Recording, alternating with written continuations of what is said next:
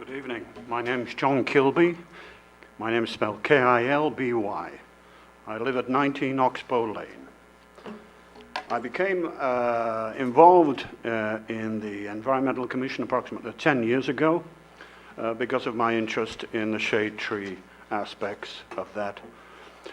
2 years ago I was appointed to the Shade Tree Committee, and I don't consider myself a tree hugger, but a pragmatic lover of trees, as they say. Overview. The past decade has not been a good period for the city tree canopy. Superstorm Sandy and this year's late snowstorm combined with the emerald ash borer aspects removed approximately 10 to 15% of the city tree canopy. Of approximately 5,600 city trees, 13,000 total population of trees, approximately. The removal of these will surely affect the many benefits of our tree canopy, such as stormwater runoff, CO2 capture, O2 generators, heat shields via shade, energy consumption, reduced heat island effects, natural, scenic, and aesthetic aspects, and the general welfare of the community. In the light of the above, the current planting program of approximately 80 trees per year needs to be reappraised. And we must remember that in a recent study published in the Journal of Urban Forestry and Urban Green, it concluded that for every dollar we spend on tree management, it is returned with $5.82 precisely in various benefits noted. I consider the mission statement of the Shade Tree Committee to ensure the health and safety and sustainability of Summit's shade trees for the economic, aesthetic, and environmental benefit of city residents and businesses. I've put these actions in goals and action to try and keep it to a minimum within the time frame. The goal: as a city, we are the epitome of a narrative tree city, and as such, we are members of the Arbor Day Foundation and a Tree City USA. Actions: our annual Arbor Day tree planting, usually held in city schools, both educates and enhances the value of trees to our children. Landmark tree programs, which is to be published shortly, will recognize the finest specimens throughout the city with certificates to owners thereof and displays on the city website. Displays and narratives. A goal: the investment in our city arborist, John Linson, gives us a professional management of our tree stocks and maintenance. Action: the diversity of our tree stocks has minimized the effect of specific problems we've encountered, such as gypsy moths, ash yellows, and the potential emerald ash borer exposure. Goal: to promote to residents the necessity to plant new and replace old trees where necessary. Action: works through the city to generate displays, talks, flyers, website information, advising residents of tree varieties appropriate for our planting zones and possible impending tree diseases and pests. Goal: we have worked with the Environmental Commission to put forth suggestions to enforce tree ordinances, updates, and coordination with the Green Spaces Master Plan. This, as in other towns and cities, may be a funding source for increased plantings. Actions: I have presented the Environmental Commission to Council consideration of amendments to the City Tree Ordinance to better monitor, control tree removal and replacements. Goal: try and involve more residents who care about our beautiful city and be involved in keeping it that way. Actions: a program called Summit Suckers was started last year with a number of city residents being trained by the city arborist to work within specific areas of the city. Based on our last tree census in 2000, Their areas of work are to essentially remove tree suckers, which we see all over the city, and take away from the health of our trees. Not only are they going to be doing this, but they will also be doing slight pruning, notation of trees, locations, so that, and health of the trees, so that we can update the last census of trees we had, which was taken place and paid for in the year 2000. This will also increase our ability to monitor tree stocks by species, size, and problems seen. In conclusion, we need to do more to help our tree canopy, or we may not be able to see it too well. I didn't include here, we are facing a very serious problem with the ash trees in the town. They are the largest component of our tree canopy, and if indeed the emerald ash borer, which is already around us in Montclair, in Bridgewater, arrives in town, this was a gift from our Chinese friends, and it's an absolute killer. It's 100% hit rate when it comes into town. Ash trees do not last long once they've been hit. They have to be removed. They have to be ground up. So it's a potential coming our way. Thank you for your consideration. Thank you, John. I'm going to open it. John, wait a second. Maybe questions from folks here. Oh, I was hoping to get away before. I know. Well, we've trapped you here, John. So. Mary. Thank you, John. How many on the tree suckers now do you have? Do you have Sorry? the committee of the tree suckers? How many? There are 6 trained so far. Okay. And I'm going to split up the city with street maps, give them their tree locations from the 2000 census, so that when they go through, we can update that. We'll also have to convert it. The most common program these days is iTree. Ours is not iTree. So I'm hopeful once we get it up to date, we can get somebody to convert it to what everybody else is using. Okay. Then my other question is, you said that the 80 trees per year is not adequate. What would you propose being adequate per year? Well, in my mind, anything we can afford. We've lost 400 trees with Sandy, approximately. Right. We lost, if you go to the transfer station, you can see how many we lost with this snowstorm. Even trees that were perfect, you look at the trunks, they're perfect trees. You know, just that little bit of extra weight took them out. I mean, we're losing trees. A lot of complaints, you know, people coming into town, new people, clear cutting, etc., etc. But we're facing nature as well. Whatever we can do, we should do. And the last question I have about the emerald ash borer. There are things people can do to prevent it coming into Summit. Am I correct? As in like firewood and things like that that Yeah. we bring into the city. Can you speak to that a little bit? That ways people can try to prevent it coming into the city? Well, we've got flyers in the building department that we give out with the firewood transportation aspect of the talks we've done at the library. We've handed out all of these literatures to, but that will come into effect by the state once there is a discovery of emerald ash borers in the city. They will mandate it. We can't do anything. I've talked to most of the firewood suppliers in the area. They know about emerald ash borer, but the problem is, you know, people that may have a place up in Vermont or something like that, bringing firewood home. This has been, the actual emerald ash borer can only fly approximately 10 foot. This has come through the Great Lakes and is already on our doorstep. And it can't fly that far. It's all firewood transportation and things of that nature. Thank you. As to the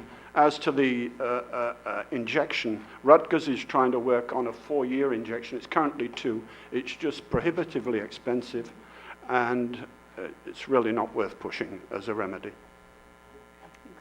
Beth? You said that there's guides for homeowners in appropriate trees to plant and ones that are appropriate for this growing area. Where can we find that information? Where is that information available? I'm sorry. You said that you've worked on some guidelines for homeowners to guide them in planting appropriate trees for our growing area and those kinds of things? It's going on the website very shortly. Okay, so it'll be on the Shade Tree website. Oh, okay, great. Mike? Just to go back to the ash borer comment, so currently there is, homeowners could, if they choose, treat their trees that would give them some resistance. Is that right or It would not? only give them, it's quite expensive depending on the size of the tree. Yeah, I know it's done by the diameter of the trunk or whatever, right? It only gives them 2 years of protection. We haven't seen it yet, so if they start now, once you start, it's a 10-year period usually that the emerald ash borer is in town. So if you've got 2 years, you've got 5 applications. If they start now, they may be early. It's going to be incredibly expensive. Ash trees are a tree of opportunity. They grow everywhere. So unless you've really got a species that you, or a tree that you've really got some faith in, it's really not worth doing that. Yeah, no, we have some on my property, and I've talked to some tree people. The one equation, though, is probably most people in town have lost trees through the Snowtober storm and hurricane. It's expensive to get rid of, to cut up and go a tree. When you look at it that and you weigh potential costs of cutting that tree down, it becomes a little, at least in my mind, a little more worthwhile to actually try and prevent that from happening. No, I would, if they get to 4 years, then I would rethink it. It becomes viable, somewhat viable. But Steve? I guess on to Mike's comment about the ash, it only affects the ash tree. Are there any trees that are recommended that are resistant to these diseases? well, it is specific to ash. But they've also got this ash yellows problem, which we're dealing with as well. That's why some of the ash trees in town have been taken down now with the ash yellows. But yeah, it's specific to the ash tree. It's interesting, I was away last weekend, and I was at a property that had 3 ash trees that were dead. And you could just sit there and you could see how he was getting them taken down this week, and he was convinced that his property was going to lose probably 20 trees in the next. It's sad because it was beautiful property. Yeah, they don't last long once they're hit. Yeah. 2 years, then they become a little dangerous of coming over. That's a problem we'll face. John, Matt. Sorry, thank you for the excellent presentation. I feel like we've heard about loss of our tree canopy at several meetings, and I guess a question for City Administrator Rogers, how many hours do we have the forester? Does he work full-time, or is One he? day a week. Yeah, he's only 7 hours. 7 hours a week. And when we plant these 80 trees per year, are we planting them on public property, or are we mandating residents to do that? Oh, thank you, Paul. Thank you, through Council President. So the 80 trees are planted on public property in the right-of-way. A lot of the trees we did lose during the various storms were private trees. We lost some public, but private. I think where we need to move forward is more education to the public about how they should be planting trees that they lost on their property. One of the challenges we're having, even though, we're planting 80 trees a year, our challenge is to get folks to agree to allow us to plant it in our right-of-way. A lot of folks now, because of the storms and the damage they've seen that the trees create, they don't want trees planted in front of their property. So I agree, I would like to see more trees planted, more than the 80 we do. But I think we need to look at educating the folks, because most of those 400 trees were private trees. So a lot of what you see down at the transfer station, that pile that we're chipping up, is what we collected that they were able to put out, that we collected. So, and in the ash borer also, it's not just the borer that's killing the ash trees. A lot of folks are removing their ash trees not because of the borer, because there's another disease that the ash trees are susceptible to. And what it does is it doesn't allow the ash tree to take in water, chokes it, and that's what we're seeing here. We have actually injected probably 12 ash trees in the downtown for the past, I would say, 6 or 7 years. And they've survived. Those trees actually, when they were planted in 2000, we didn't know it, but at that time, wherever they came from, the nursery they came from, they had the borer. Oh, my gosh. So 2 years after they were planted, the borer came out. That's how we knew. So we injected those trees, and they survived. But emerald ash is, they're susceptible to also another disease, and that's what you're seeing. So we received a grant a year ago, and our city forester has identified the ash trees that need to be removed due to disease. and we have a contractor that's actually removing those trees. Paul, what do we plant then? Are we planting more ash trees? What are we No. planting now? So one of the things the city's done real well over the years, the past 50 years, is when they plant, we've always planted various species of tree. We learned from the elm disease that came through this country in the early 1900s. There were thousands and thousands of elm trees. And what we've learned is when that came through, it just destroyed most of the canopy in the United States, all the elm trees. So we learned early on that we need to plant various species that would not be susceptible to a lot of, like the ash. So we know that we do have a lot of ash. As Mr. Kilby said, they are abundant in Summit because they're almost like a volunteer tree. They just crop up in the woodlands. And so we've learned when we plant our trees, we plant probably 9 different species of tree. So we're not susceptible of having all of our canopy destroyed with 1 or 2 diseases. And John, let me ask you a question. The tree suckers, is that like people can volunteer on the city's website? Is that up there? Absolutely, we're still looking for volunteers. Okay. Anybody that's looking, please get in We'll touch. try to make sure it's kind of prominent so people, I think it's fascinating. I mean, it's kind of cool stuff to do. Yeah, we should put it prominently on the city website. Yeah. After this meeting. And last question for Mr. Cascades, could we, it seems like the right-of-way trees that you're talking about, those are better maintained because you have crews out there working on them, so they're less likely to fall in a storm. And could we somehow manage to raise the number from 80 to 120 or something that we plant per year? Councilman, yes, it's a funding issue. We look for any available grants. We do receive some grant money for tree planting. We're going to be applying for one. You'll see it in a future council meeting. We're requesting an application. And we would like to plant more trees. It's just, we need the funding because we don't plant in-house. We have a company that supplies the trees and a vendor that plants our trees.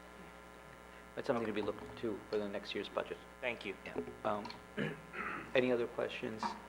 Steve? Paul, remind me, I thought we had offered tree to residents last year that we had surpluses that we could plant some trees, or was that a different program that we had? Yeah, no, we've never really offered any. There was a program that the state of New Jersey had once offered where they were providing bare root trees. So that's a little different than we do. So when you plant a tree, you notice a big ball on it. There are bare root trees that don't have that ball, and they have to be planted and the state was offering bare root trees at the time, but we weren't part of that. I thought I remembered something last year where Yeah. we had some trees. Yeah. And if I can say, I'd just like to thank Mr. Kilby. He's done a great job as chair of the Shade Tree Advisory. They do some great work. They're very dedicated individuals, and, I just want to thank you. Give them an elated And John, I know that you mentioned in passing, but this is something that came up also when the Environmental Commission folks came and spoke to us about the tree ordinance, and that we need to look at that and make sure that what we have is consistent with what other towns have, and to strengthen it in doing so. Marjorie? Thank you, John, for this presentation. The other thing that I think we've talked about as part of looking at the tree ordinances is how we enforce our existing ordinance. And I think a lot of residents may not be aware that when you remove trees, you need to get a permit, and there also are replacement requirements. So I think that's something that we need to continue to work on and look at our ordinance, how it's currently written and enforced, and also how we might be able to improve it. So that's something that I think we need to do coming down the pipe. Right. Yeah, I think that's a big part of what was put together, try and strengthen that. Yeah. And try and put some, unfortunately, financial aspect to that as well. It wouldn't help planting more trees. Well, as you said, John, there's a there's a financial benefit to having trees and having a tree canopy, and it's 5 times as much as the cost of the tree, and so therefore, it's something that has a real bottom line effect on people's, how the city looks and the value of people's properties. So we have to consider that. If there's no other questions, is there any comments or questions from the members of the public? Thank you, John, very much for coming in, really appreciate it. Thank you, John.